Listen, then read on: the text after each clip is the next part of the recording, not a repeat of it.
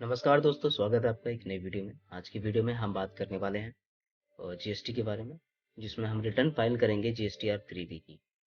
GSTR 3B की return file करने से पहले हमें लॉगिन पोर्टल पे पहुंचना है जीएसटी के, और जीएसटी के लॉगिन पोर्टल पे अपनी आईडी से लॉगिन जरूर कर ले पहले। ओके, तो जैसे कि हम यहाँ पे लॉगिन करने जा रहे हैं, तो ये लॉगिन हम कर लेते हैं। अब लॉगिन करने के बाद आपके पास इस तरीके का कुछ डैशबोर्ड नजर आएगा। इस डैशबोर्ड में आपको ना रिटर्न डैशबोर्ड नजर आएगा, क्रिएट चालान आएगा, व्यू नोटिस एंड ऑर्डर्स आएगा। अगर आपको लगता है कि आपके ऊपर कोई नोटिस आया है, कोई ऑर्डर आया हुआ है, तो यहाँ से चेक कर सकते हैं। ठीक है।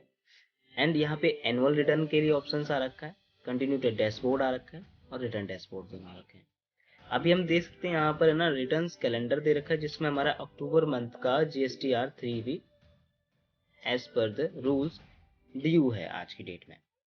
तो हम इसको फाइल करेंगे। इसको फाइल करने के लिए हमें डायरेक्ट चाहे हम इस पर क्लिक कर सकते हैं, रिटर्न टू डैशबोर्ड पे। डायरेक्ट रिटर्न टू डैशबोर्ड पे क्लिक करने के बाद हमारे पास कुछ इस तरीके का पेज ओपन होता है, जिसपे हमें मंथ सेलेक्ट करना है। जैसे कि मेरा मंथ अक्टूबर है, तो मैं अक्टूबर मंथ सेलेक्ट कर लेता हूँ। अक्टूबर मंथ में अब यहाँ पर मेरे पास GSTR 1 ऑलरेडी फिल्ड है, यानी कि फाइल्ड हो रखी है।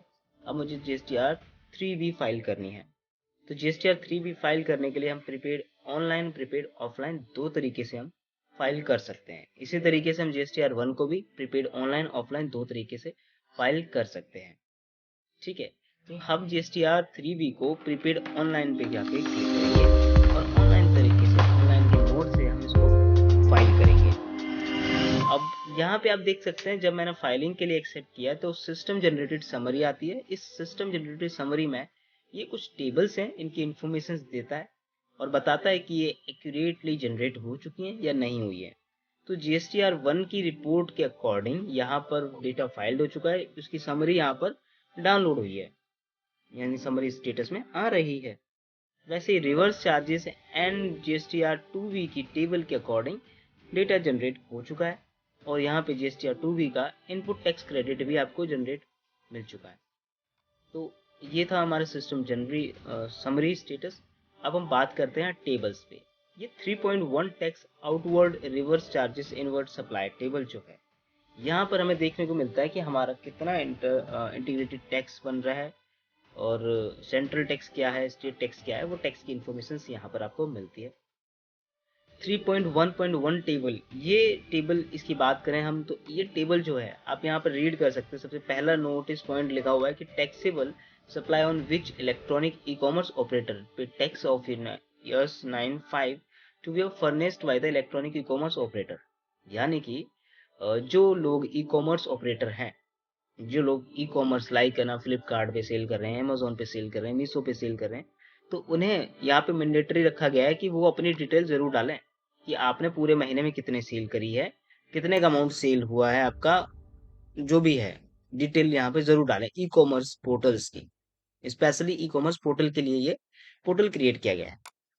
अब यहाँ पर आप सोचेंगे कि है ना, ऑटोमेटिक जो जनरेट होकर आ रही है 3.2 की टेबल में, तो मुझे है ना 3.1 वाली टेबल में डालने की क्या जरूरत क्या है।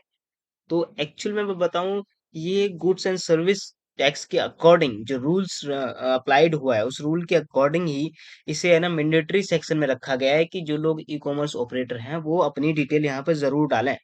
क्योंकि देखिए, एक दुकानदार या एक मैन्युफैक्चरर, एक सप्लायर, रिटेलर या ट्रेडिंग करने वाला पर्सन जो सेल कर रहा है, वो कई तरीके से सेल करता है। नंबर वन, B2B सेल करना है, बिजनेस टू बिजनेस, यानी कि किसी बंदे के पास ऑलरेडी बिजनेस चल रहा है, वो अपने बिजनेस को ग्रो करने के लिए आपसे कुछ मटेरियल परचेज करता है, तो आप उस कैटेगरी में B2B वाले लेवल पे चले जाते हैं, जब आपसे बल्क में प्रोडक्ट परचेज करता है वो।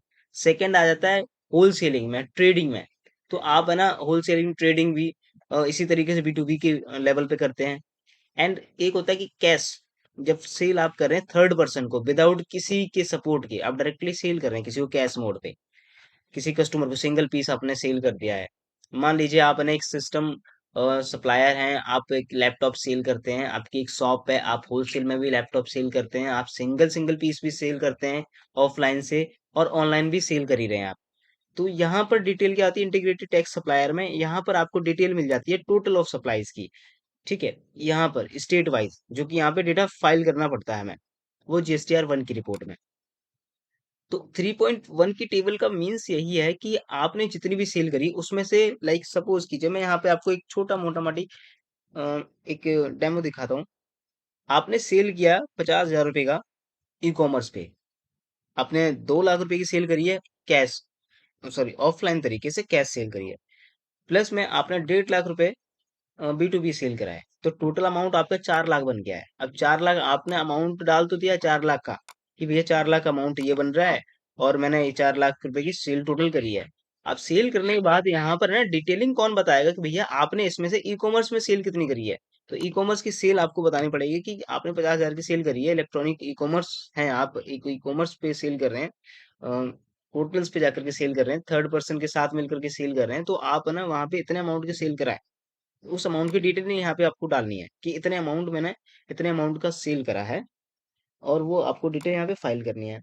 तो जैसे कि ये पर्सन जो है, इनका टोटल ऑफ बिजनेस जो है वो ई कॉमर्स पोर्टल पे ही है, यानी कि ये सिर्फ ई कॉमर्स होल्डर है, इन्होंने ई कॉमर्स पे ही ये अपना सेल करी है, तो ये डिटेलिंग यहाँ से निकल के आ रही है।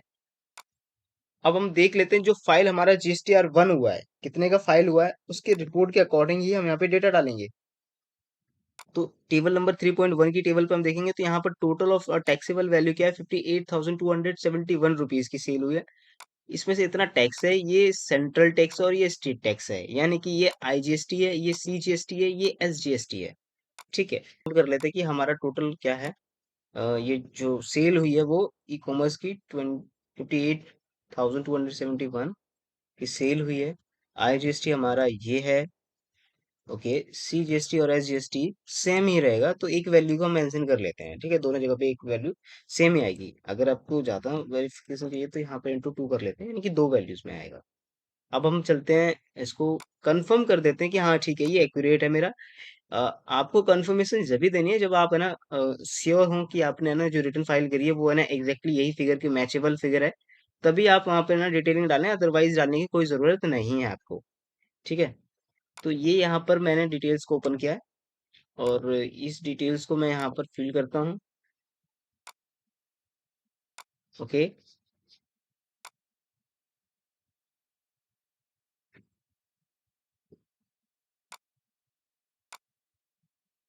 और ये मैंने यहाँ पर सारा डेटा फिल कर दिया है। ठीक है, देन मैं इसको कंफर्म कर दूंगा कि मेरा भैया ये टोटल सेल थी इलेक्ट्रॉनिक ई कॉमर्स की, जो मैं ऑपरेट कर रहा हूँ, और ये टोटल सेल रही है इस मंथ की। तो मैंने यहाँ पे डेटा फीड कर दिया है। अब यहाँ पर ये एग्जैक्ट फिगर है कि भैया जो सेल हमने दिखाई है वही सेल हमारी ई कॉमर्स पोर्टल पर भी है, यानी कि इट मीन्स कि ये ई कॉमर्स पोर्टल की ही सेल है टोटल। चलिए, अब ईट आईटीसी क्या है कि एलिजिबिलिटी आईटीसी का क्राइटेरिया आप देख सकते हैं यहाँ पर। आपने आईटीसी जो इनपुट आपको मिला है, इनपुट टैक्स क्रेडिट जो मिला हुआ है, आईटीसी इट मीन्स है इनपुट टैक्स क्रेडिट। तो इनपुट टैक्स क्रेडिट जो आपको मिला है वो है 8,343 रुपीज का।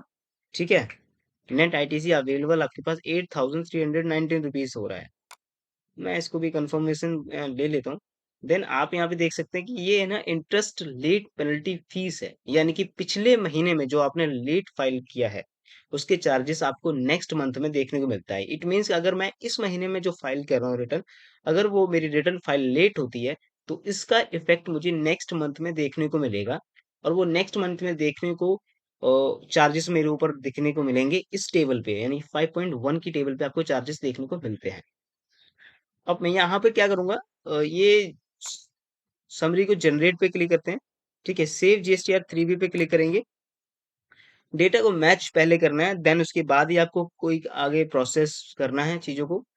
ओके, अदरवाइज क्या होगा कि आप प्रॉब्लम में फंस सकते हैं। तो प्रोसीड टू पेमेंट पे क्लिक करते हैं। अब मैं यहाँ पे देख सकता हूँ कि मेरा जो टैक्स बन रहा है, टोटल ऑफ टैक्स कितना बन रहा है वो हमें देखना है। तो ये 13,397 रुपए का टैक्स क्रेडिट वैल्यू हुई है मेरे इस महीने में। ठीक है, ओके। अब ये क्या है, ये आपको यहाँ पर देखने को मिल रहा है पेड थ्रू आईटीसी, यानी कि जितना भी टैक्स है वो आपका आईटीसी के थ्रू कितना पेड हो रहा है वो आप देख सकते हैं। तो यहाँ पे चार्जेस जो थे मेरे वो है ना आईटीसी के अकॉर्डिंग यहाँ पे हो रहे हैं। ठीक है, तो make payment post credit to ledger पे क्लिक करेंगे हम। ओके, वार्निंग दे रहा है कि अगर आपके पास सफिशियंट कैश लेजर में बैलेंस है। अभी मैं आपको बताऊंगा लास्ट में कि कैश लेजर और क्रेडिट लेजर में फर्क क्या होता है और कैश लेजर क्रेडिट लेजर दिखते कैसे हैं हम। ठीक है, तो मैंने कैश लेजर के लिए कह दिया कि हाँ मेरे पास इतना कैश पड़ा हुआ है मेरे लेजर में, आप उसमें से पेमेंट डिडक्ट कर सकते हैं। अब यहाँ पर देखिए 100 रुपीज की पेनल्टी लग रही है, लेकिन डिटेल ऑफ डिपॉजिटिंग मांग रहा है। ये यानी कि मेरे पास इतना कैश क्रेडिट नहीं है जिसकी वजह से मेरे ऊपर ये क्रिएट चालान में जा रहा है। अब चालान क्रिएट कर लेते हैं हम इसको। तो चालान क्रिएट करने के लिए हमें ई पेमेंट पे क्लिक करना है और फिर जनरेट चालान करना है। आप देख सकते हैं अब प्रेफर्ड नेट बैंकिंग कह रहा है या प्रेफर्ड बैंक्स कह रहा है। तो प्रेफर्ड टू बैंक है।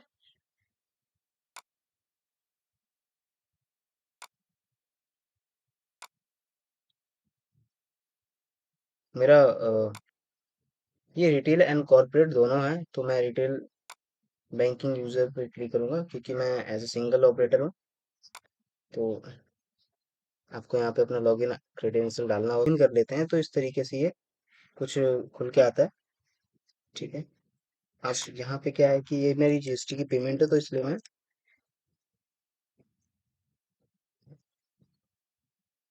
नेक्स्ट पे क्लिक कर देंगे। अब यहाँ पर आपको ओटीपी रिसीव होता है।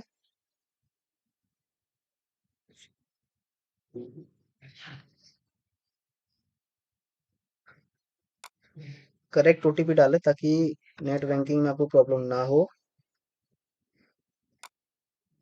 इसको कंफर्म कर देते हैं और ये पेमेंट हैज बीन डन इस तरीके से आ जाएगा आपके पास में।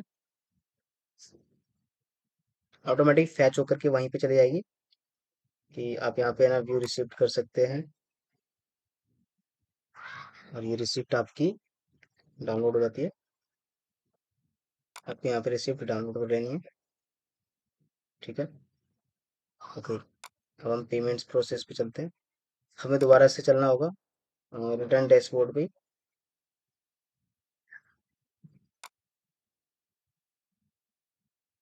रिटर्न डैशबोर्ड पे चलेंगे हम। घबराना बिल्कुल नहीं है, पेमेंट कट चुकी है और दोबारा से प्रीपेड ऑनलाइन करेंगे हम। सारी चीजें वही सारा प्रोसेस होगा, बट यहाँ पे क्या है कि पेमेंट आपकी डिडक्ट हो चुकी है।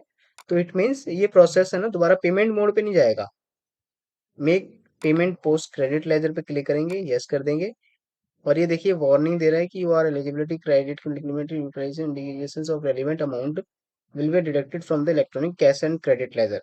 तो as per the cash and credit ledger कि आपके पास जो भी है ना टैक्स आपका बन रहा है वो वहां से डिडक्ट होगा। जैसे कि मैंने आपको बताया था इस वीडियो में कि मैं ना क्रेडिट और कैश दोनों लेजर्स की बात करने वाला हूँ, तो वो भी मैं इस वीडियो में आपको बताऊंगा। ओके, ऑफसेट हमारा कंप्लीट होगा क्योंकि हमारी सारी पेमेंट्स हो चुकी है। अब यहाँ पर आपको प्रोसीड टू फाइल करने का ऑप्शन मिल रहा है। ठीक है, तो हम प्रोसीड टू फाइल कर देंगे। ओके, प्रोसीड टू फाइल करेंगे, देन आपको यहाँ पे एक्सेप्ट करना होता है। ऑथोराइज्ड जो पर्सन है उस पर्सन को सिलेक्ट करेंगे आप यहाँ पर। And EVC and DSC. DSC में और ईवीसी की बात कर लेते हैं। तो देखिए डीएससी होता है डिजिटल सिग्नेचर। डिजिटल सिग्नेचर में आपको ओटीपी वगैरह की वेरिफिकेशन नहीं देनी होती है।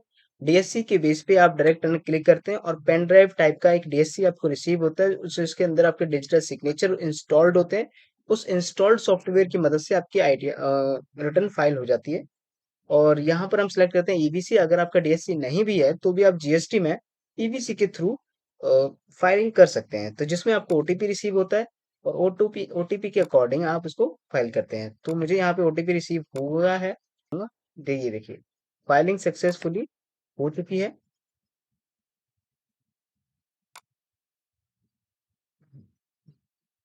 अब मैं यहाँ पे डाउनलोड फाइल्ड जीएसटीआर 3 भी डाउनलोड कर लेता हूँ।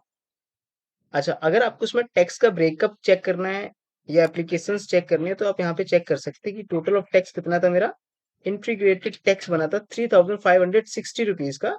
और सेंट्रल टैक्स यानी कि CGST SGST 6666। It means 20 around 132 के अराउंड में बना था। तो ये था जीएसटी का ब्रेकअप जो आपने देख लिया। तो लेजर बैलेंस भी हम देख लेते हैं। और अभी सबसे पहले हम देख लेते हैं कि हमारा फाइल रिटर्न हुआ है या नहीं हुआ है। तो फाइल रिटर्न के ऊपर हम दोबारा क्लिक करेंगे। और फाइल रिटर्न पे क्लिक करने के बाद आप चेक कर पाएंगे कि यहाँ पे रिटर्न फाइल हुई है या नहीं हुई, इसका स्टेटस भी तो देखना जरूरी है। जैसे कि आप ये देख सकते हैं स्टेटस फाइल्ड आ रहा था यहाँ पर, तो फाइल्ड आ रहा है। अब यहाँ पर स्टेटस क्या आ रहा था, यहाँ पर डेट आ रहा था और यहाँ पे ऑनलाइन ऑफलाइन दो मोड आ रहे थे। बट अभी क्या है, व्यू जीएसटीआर 3 भी डाउनलोड आप कर सकते हैं। तो फाइल यानी कि आपका जीएसटीआर फाइल्ड हो चुका है। अगर आपको प्रॉपर वे में चेक करना है कि मेरा कितना जीएसटी फाइल हुआ कितना नहीं हुआ, तो आपको क्या करना है, यहाँ से अपना जीएसटी नंबर को कॉपी कर लेना है। ठीक है, जीएसटी नंबर को कॉपी कर लेंगे, हम जीएसटी के नए पोर्टल पे चलते हैं। ओके, अब यहाँ पे सर्विसेज पे जाकर के आपको जीएसटी के बारे में चेक कर लेते हैं कि कितनी रिटर्न फाइल हुई है या नहीं हुई है। तो सिलेक्ट सर्च और टैक्स पेयर पे क्लिक करेंगे, सर्च बाय जीएसटी नंबर पे क्लिक करेंगे और आप यहाँ पर जैसे ही जीएसटी नंबर डालते हैं, ओके जस्ट 1 मिनट, हम एक नोट पैड पे पहले नोट कर लेते हैं।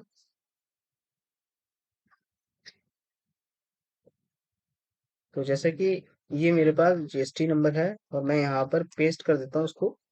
तो अब आप यहाँ पे देख सकते हैं कि कितनी जीएसटी फाइल्ड हुई है। सो रिटर्न फाइलिंग फ्रीक्वेंसीज, ठीक है। तो यहाँ पे देखेंगे आप 22-23 का जो पीरियड है, अब इसमें quarterly January to March file हो चुकी है, अक्टूबर टू दिसंबर फाइल हो चुकी है, मंथली हो रही है इसमें। एंड अगर आपको ये चेक करना है कि टेबल फाइलिंग की क्या है, तो वो फाइलिंग स्टेटस आप यहाँ पे देख सकते हैं कि कौन कौन से महीने की फाइल्ड हो चुकी है। तो जीएसटीआर 1 और जीएसटीआर 3 भी दोनों की टेबल यहाँ पर आपको देखने को मिल रही है और दोनों का स्टेटस आपको दिख रहा है कि अक्टूबर मंथ की भी फाइल्ड हो चुकी है ये, जो कि 20 तारीख को ऑन डेट हुई है। और ये जीएसटीआर ये किस डेट को फाइल हुई है और किस डेट को फाइल नहीं हुई, इसका स्टेटस भी आप यहाँ पे चेक कर सकते हैं। अगर आपका जीएसटी किसी सी के पास है या कोई अदर पर्सन होल्डर इस चीज को देख रहा है और आपको ये चेक करना है कि वो किस टाइम पर मेरी जीएसटी को फाइल कर रहा है, टाइम टू टाइम कर रहा है या नहीं भी कर रहा है, तो उसका स्टेटस यहाँ से चेक कर सकते हैं आप। यहाँ पे आपको पता चलेगा कि डेट ऑफ फाइलिंग क्या है, कि किस डेट को उसने कौन कौन सी रिटर्न फाइल की है। आप देख सकते हैं यहाँ पर कि इन इन डेटों को ये ना रिटर्न फाइल हुई है। तो और यहाँ पर आप ये देख सकते हैं कि यहाँ पर जो है ना 3 है वो किन किन डेटों को फाइल की गई है। तो इससे आप अपने ना जीएसटी के बारे में भी पूरी नॉलेज रख सकते हैं और साथ में अपने जीएसटी के बारे में अपडेशन भी ले सकते हैं। आपके क्या क्या वो उसमें है ना इंक्लूडेड है, एचएसएन्स वगैरह के बारे में भी जानकारी, मतलब all of about the GST के बारे में आपको यहाँ पे मिल जाता है। अब एनुअली टर्नओवर की बात कर लेते हैं, तो यहाँ पे आपको देखने को मिल रहा है 0 से लेकर 40 लाख तक की फाइनेंशियल ईयर टर्नओवर आ रहा है। बट एक्चुअली अगर आपको टर्नओवर पता करनी है तो क्या करना पड़ेगा, आपको यहाँ पे जाना है डैशबोर्ड पे, और डैशबोर्ड पे आपको सिलेक्ट करना होगा अपना ईयर। मैंने यहाँ पे ईयर सिलेक्ट किया और अब आपको दिख रहा है कि बेस्ड ऑन रिटर्न फाइल्ड आपका जो टर्न ओवर आ रहा है, यानी मंथली का टर्न ओवर आ रहा है, वो 75,000 रुपीज का टर्न ओवर आ रहा है, यानी कि 75,000 रुपये पर मंथ आप है ना जो है जीएसटी फाइल कर रहे हैं, तो उसके बेस पे आपको ये टर्न ओवर मिल पा रहा है। ये एक्चुअल फिगर नहीं होती है, एक लमसम अराउंड का फिगर होता है जिसमें आपके पास एक ब्रीफ नॉलेज मिल जाती है कि हाँ एग्जैक्टली आप किस बेस पे कितना अर्न कर रहे हैं। ठीक है, चलिए तो